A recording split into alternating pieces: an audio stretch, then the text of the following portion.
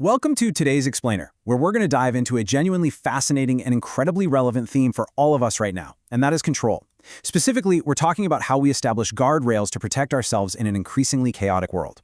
We'll explore how to build internal guardrails to master our own emotional peace, and then we'll see how those exact same principles are being applied externally to protect human identity in the absolute wild west of the AI age. It's a pretty wild journey from the biology of your brain all the way to modern intellectual property law. So let's get into it. Here is our roadmap for today. We're breaking this down into 4 parts. First, the science of emotion, then mastering your inner world, applying it to the Stoic workplace, and finally, setting guardrails in the AI age. Starting right off with Section 1, the science of emotion. Because before we can build any sort of guardrails, we really need to understand the underlying biology of why we feel what we feel. I want to kick things off with a question. Who is really in the driver's seat of your reality? Think about it. When something stressful happens to you, are you making a conscious, deliberate choice about how to react, or are you just at the mercy of automatic, reflexive reactions? To figure that out, we have to look at what an emotion actually is. Now, if we look at the American Psychological Association, they define an emotion as a complex reaction pattern involving experiential, behavioral, and physiological elements. It's basically how we deal with matters we find personally significant. But the key word here is pattern. An emotion isn't just a fleeting thought that pops into your head. It is a full system biological response. Every single emotion breaks down into 3 distinct components. First, you have the subjective experience, which is the stimulus. And this is highly personal, right? Losing a job might trigger intense sadness in one person, but for someone else it might trigger anger or, honestly, even relief. Then you have the physiological response. This is your autonomic nervous system kicking in. Your heart suddenly beats faster with fear, or your muscles tense up. And finally, the behavioral response. This is the actual physical expression, like a smile, a frown, or a heavy sigh. Your body is literally reacting before you even have a chance to consciously process what is going on. Researchers make a really fascinating distinction here between basic and complex emotions. Basic emotions, think happiness, fear, disgust, they are universal and biological. Charles Darwin actually suggested that these emotion-induced expressions were adaptive for human survival. But then you have complex emotions, like grief, jealousy, or regret. These are sociological. They're basically aggregates of 2 or more emotions. Hate, for example, is a fusion of fear, anger, and disgust. These complex emotions are constructed by our thoughts, our environment, and our beliefs. And here's the absolute game changer. Because they are constructed, it means they can be deconstructed. Which brings us to Section 2, mastering your inner world. Since our reactions are partly constructed by our thoughts, how do we actually take back control from our biology? This is where internal guardrails come into play, specifically tools from cognitive behavioral therapy, or CBT.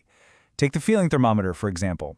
It's a simple scale from 1 to 10, but it forces us to create a common objective language for an abstract feeling. Because before you can regulate an emotion, you have to quantify and validate it.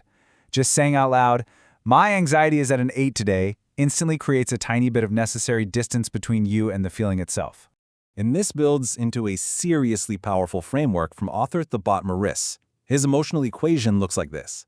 Input plus interpretation plus resistance equals self-generated emotion. The absolute crucial takeaway here is this. You can't always control the input, right? You can't control what happens to you. But the interpretation, what you choose to believe about it, and the resistance, how much you fight that feeling, those are entirely up to you. Let's walk through how to actually apply that formula to reframe a trigger. Imagine you get some harsh criticism at work. The input is the criticism itself. Your default interpretation might be, "I'm just not good enough," which leads to massive resistance where you dwell on it and ruin your whole day. The result is self-generated emotion of anxiety and complete defeat. But if we use our guardrails, we change the interpretation to, "Okay, this is just one opinion." Then you drop the resistance. You accept that the moment stings, but you consciously decide to move forward anyway. Your self-generated emotion suddenly shifts from crushed to completely neutral. To make this a habit, you can use a CBT tracking chart, which connects your triggers directly to your thoughts and actions. If you look at the columns, what happened, rating, what's my body saying, and what's my mind saying, this chart acts as a highly practical guardrail. By forcing yourself to write down the exact thoughts driving your physical responses during a high-emotion moment, you expose your own patterns of negative or untrue thinking. You're actively stepping out of the passenger seat of biological reaction and grabbing the steering wheel of conscious choice. Moving on to Section 3, the Stoic workplace. Now, making a conscious choice like this isn't exactly a new, modern invention. Modern clinical psychology actually aligns perfectly with ancient Stoic philosophy. The ancient philosopher Epictetus captured this dynamic beautifully. He said, "Some things are in our control, and others not. Things in our control are opinion, pursuit, desire, aversion, and in a word, whatever are our own actions." The Stoics referred to this as the dichotomy of control. So how do we apply ancient philosophy to the modern office? You set Stoic workplace guardrails. First, name the emotion before it names you, just like we saw with the feeling thermometer. Second, radically accept that you control the response. If a colleague takes credit for your idea in a meeting, your human instinct is probably instant rage. And look, you can't control your colleague, and you can't even control that initial biological spike of anger. But what happens in the next second is entirely yours to master. By focusing on your interpretation and letting go of what you absolutely cannot control, you stop wasting energy on the external event. You maintain your internal guardrail. And that brings us to our final part, Section 4, Guardrails in the AI Age. What happens when we take these concepts of boundaries and the dichotomy of control and apply them to the external world?